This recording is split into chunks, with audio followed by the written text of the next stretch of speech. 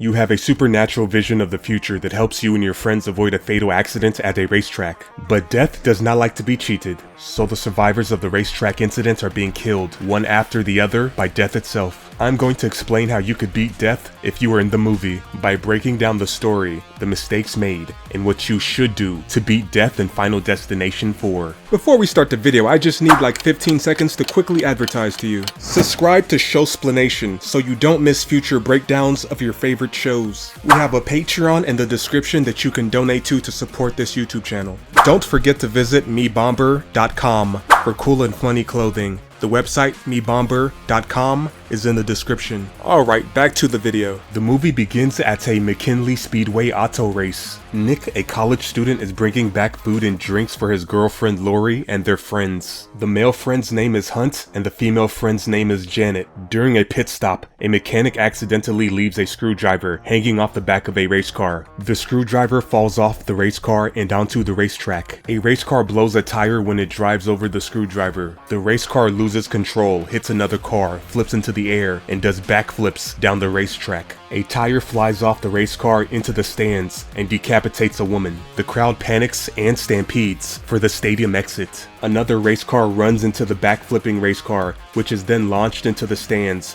where it crushes a couple people. More race cars collide, sending more flaming vehicle parts flying into the stands, which cut a couple people in half. A race car engine flies into the stands, crushing a woman. A man's head is impaled after he trips and falls on a broken piece of wood sticking out from the stadium benches. A car flies into the stands and collides into a man. Pieces of the cement ceiling break apart and crush people. The exit is jammed and not moving because too many people are trying to force their way through at the same time. Hunt and Janet are crushed by a falling piece of cement. A falling piece of cement crushes the people that were stuck at the exit, trying to force their way through. A race car that previously flew into the stands then explodes. The explosion kills Lori and a security guard. Nick is blown back by the explosion and impaled by exposed rebar that he flew into. Alright, let me explain how you can survive. The average height of an American man is 5 feet 9 inches tall. We can get a rough estimate of the height of the stands in the stadium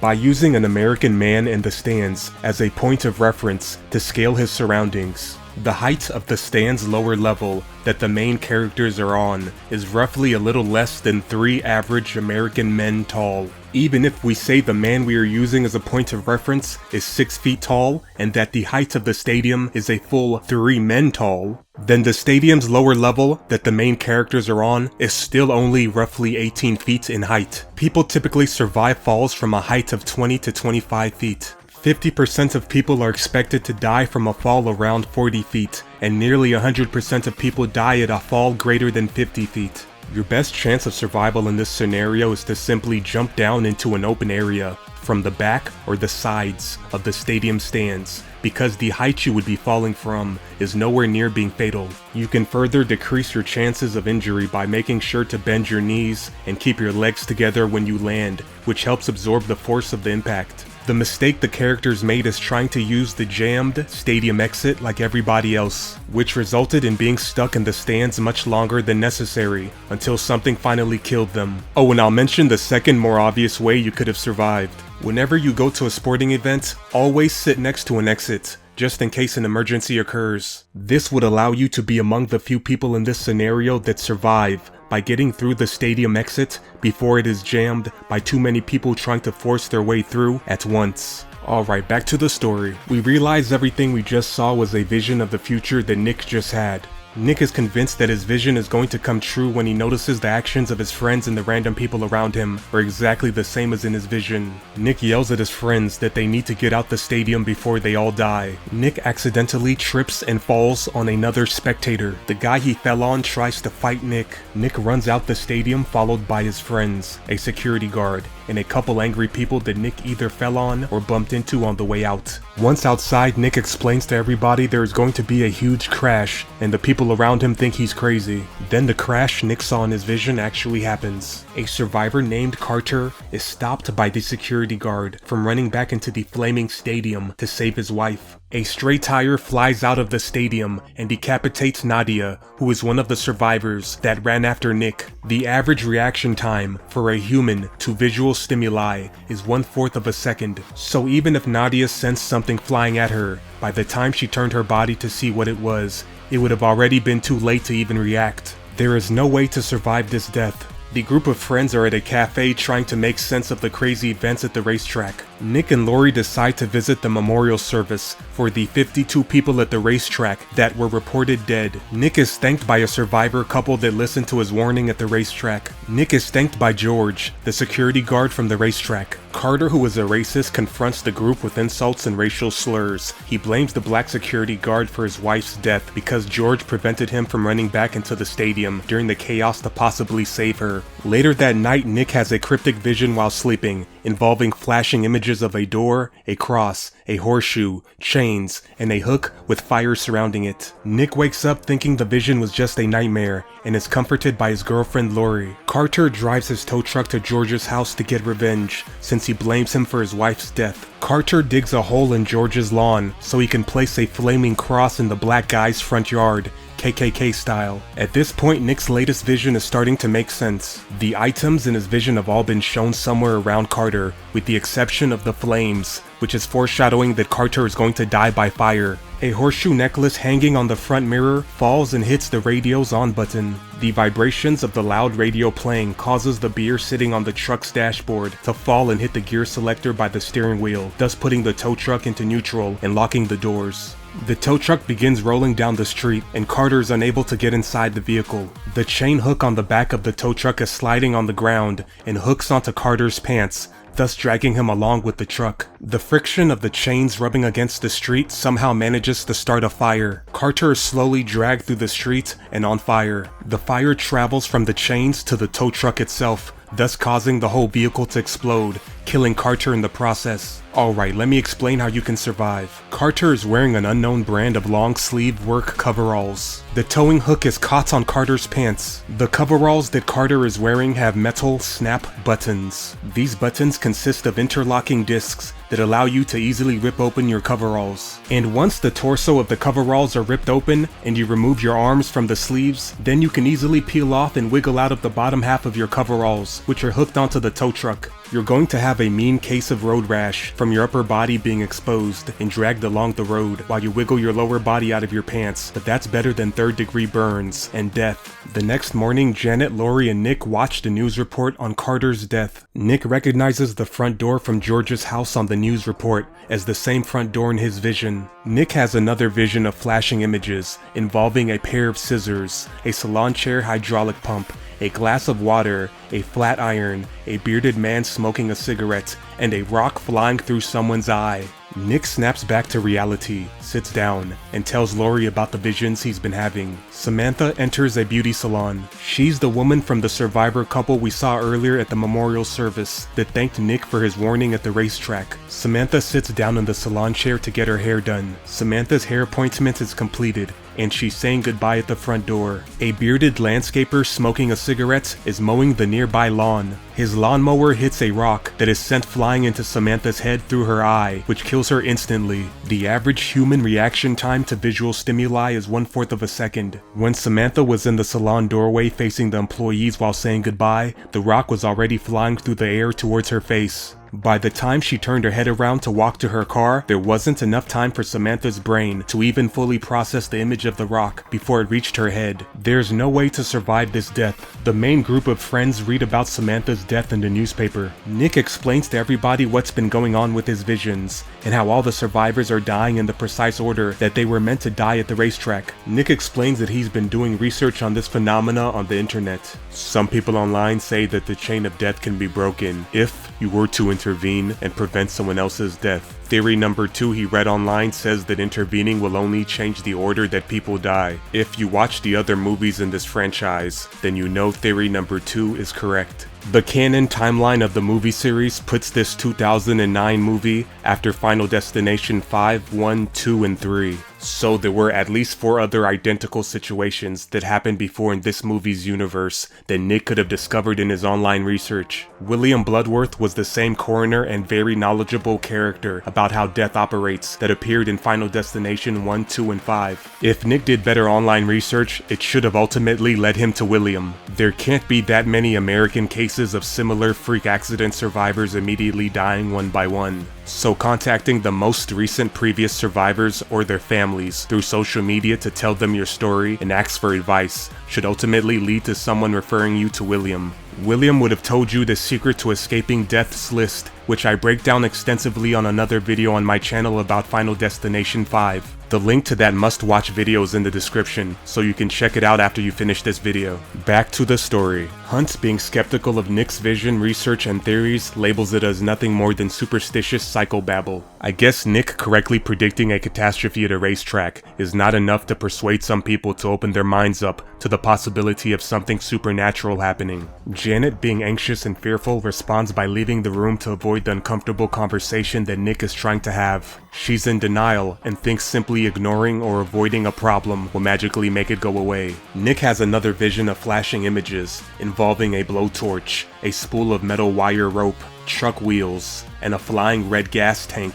Nick snaps back from the vision and tells Lori he thinks they can stop people from dying. Nick and Lori trespass at the closed speedway racetrack to help jog Nick's memory about the order that people died in his first vision. George, the security guard, catches the two trespassing. Nick explains to the security guard his theory about the survivors dying and what he's trying to accomplish, so George takes him back to his office to try and help. George logs on a computer to play the surveillance video of the day the accident happened. Nick finally remembers the order that the survivors were supposed to die. Nick, Lori, and George visit the next survivor that is going to die. They walk into the auto repair shop where the survivor works, and Nick recognizes the objects he saw in his vision. They find Andy, the mechanic, and explain to him their theory on what is happening with the survivors dying. The group continues the conversation with Andy outside. A van rolls down a hydraulic lift in the shop. The runaway van barrels towards Andy. The van is stopped at the last moment from hitting Andy by the metal rope that the vehicle was connected to. Andy thinks him not being killed in that moment is proof that Nick's theory that he is going to die is wrong. The spool that the metal rope is attached to breaks and flies into the air because of the tension from the van pulling on it. Then the spool collides with and breaks away the nozzle on a gas tank. The air shooting out the broken gas tank sends the tank flying towards Andy. The gas tank hits Andy, destroys his internal organs, and pushes him into a fence with great force. The average reaction time for a human to visual stimuli is 1/4 of a second. When Andy was at the fence talking to the main characters, the red gas tank was already flying through the air towards him. So by the time he turned around, it would have already been too late to even react. There is no way to survive this death. However, if you had a different mindset than Andy, you could have avoided this entire scenario from even being possible. Andy was given 2 very convincing warnings that should have caused him to run out of the auto repair shop before death could set its plan into motion. The first warning was from Nick, the guy who saved his life before by accurately predicting a future racetrack accident. Nick was right in the past, so why not give him the benefit of the doubt? Especially when he has 3 freak accident deaths with survivors as supporting evidence. The probability is astronomically small for all of these unlikely events occurring one after another to just be a coincidence. The second warning was a van rolling down a hydraulic lift by itself and almost killing Andy. That is not an everyday occurrence at a mechanic shop. You would have to be a fool at this point to not recognize that something very weird or supernatural is going on. Nick has another vision of flashing images involving a coin floating in water, a pressure gauge overloading, spinning side washers on a window at a car wash, an electrical panel malfunctioning, a overhead water pipe leaking, and blood traveling through a water pipe. These are visions of both Hunt's and Janet's water-related deaths because they were supposed to die at the same time during the racetrack incident. Janet arrives at an automatic car wash. Janet receives a phone call from Lori trying to warn her to stay away from water, but Janet quickly says she's busy, will call back later, and then turns off her phone before Lori can speak. Janet drives inside the car wash. The antenna on Janet's car is broken off by the spinning side washers. The broken antenna flies into the car wash's open electrical panel, causing a malfunction. The malfunctioning electrical panel causes the car wash's conveyor belt to stop moving, thus stopping Janet's car inside. Then Janet's car malfunctions, and she cannot open her door. Janet's cell phone no longer has service. Janet puts her car in drive, but it cannot move because of the conveyor belt that it's on. Janet's sunroof opens by itself, and she cannot close it. The car wash's overhead water pipe bursts, and water begins flowing into Janet's car. The automatic windows in Janet's car are not working. Janet's car is completely flooded.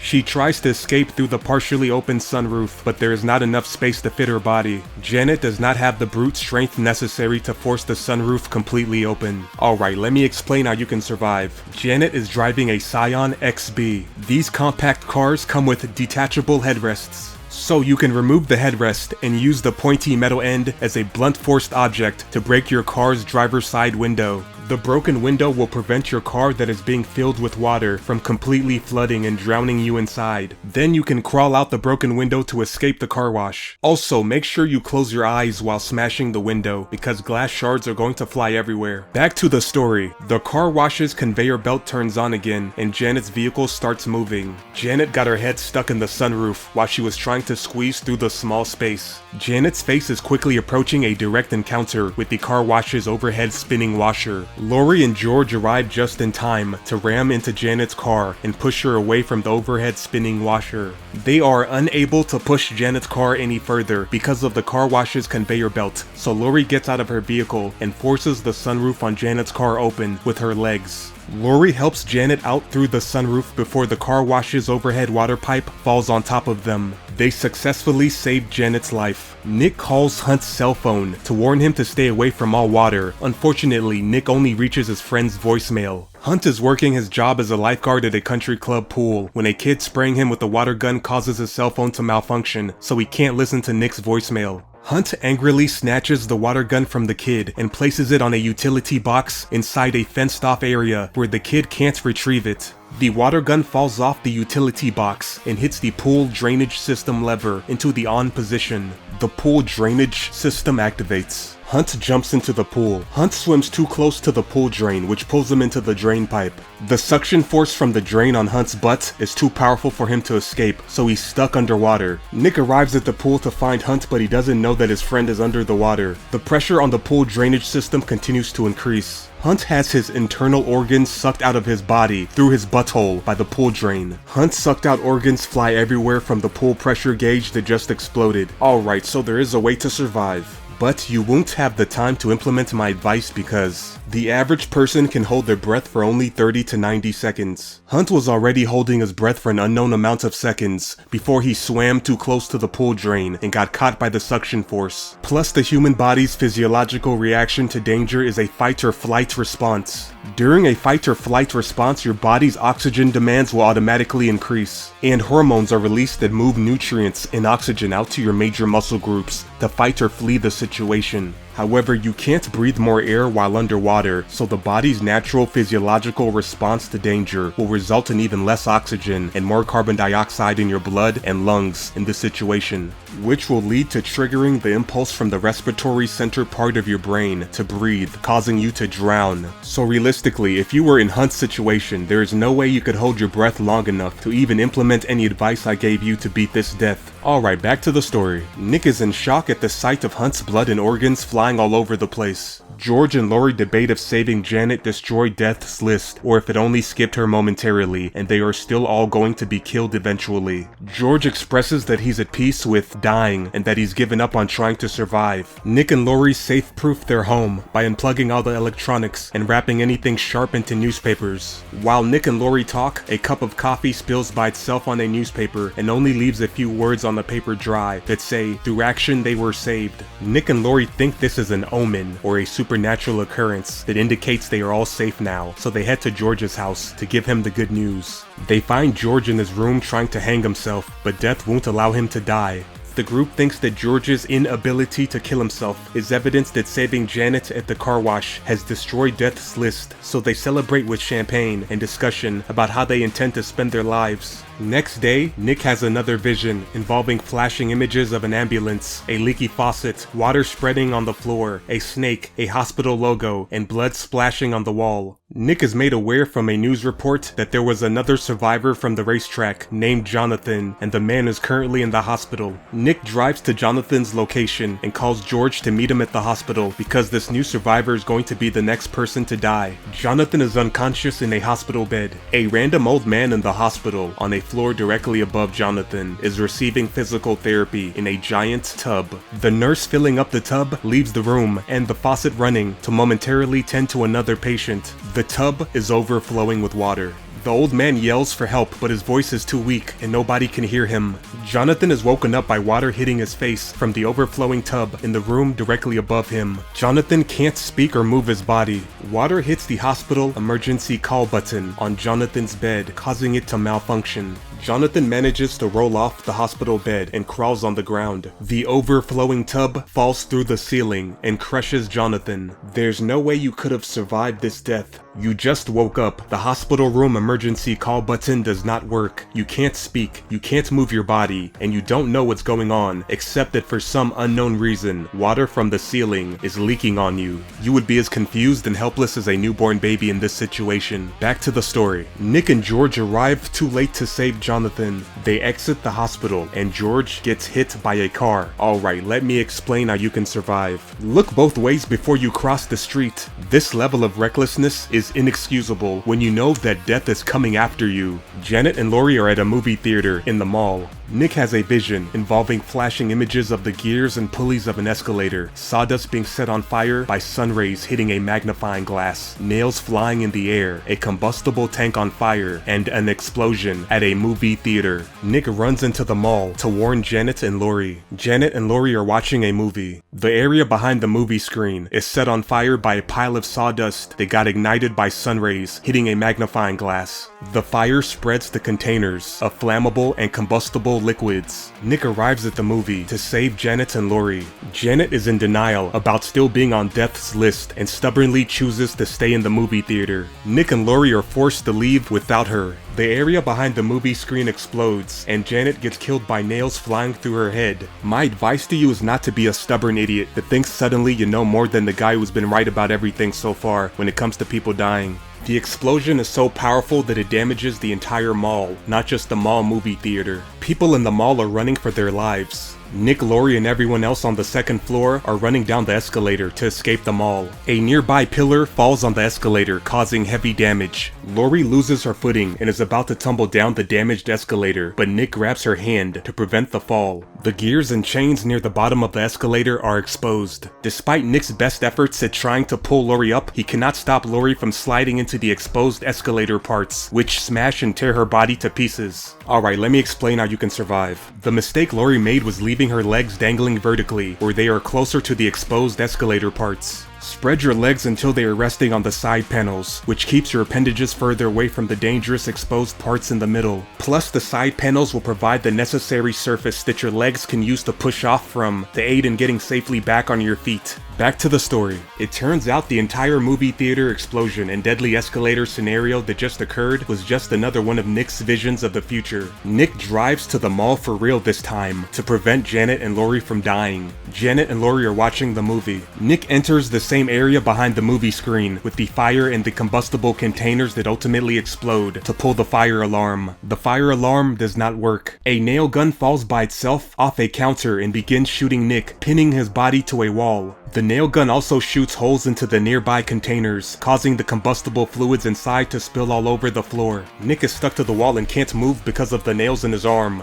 The leaking combustible fluids spread on the floor, getting closer to the fire. Nick reaches for a long plank of wood with one end that's on fire. The puddle of leaking combustible fluids grow within centimeters of the fire. Nick holds the flaming plank of wood next to a fire sprinkler. The fire sprinkler turns on and puts the fire out before the explosion can occur. 2 weeks later, Nick, Lori, Lori and Janet meet at a coffee shop. They are celebrating their victory over death. A truck loses control and barrels into the coffee shop, killing everybody. Turns out all they did was delay Death's next attempt on their lives. Nick would have learned the only way to actually remove yourself from Death's list, but he failed to do the proper research online, as I mentioned earlier, which would have inevitably led him to receiving guidance from William Bloodworth, the coroner from the previous Final Destination movies. Check out my video on Final Destination 5 in the description, where I go over how to be removed from Death's list and the best way to go about doing it. And that's the end of the movie. But what do you think? What would you do differently if you were one of the characters in this movie? Let me know with a comment down below. And don't forget to subscribe to the channel for more of these kinds of videos. Thank you so much for watching. Leave a like and subscribe if you liked the video. Until next time, have a great day.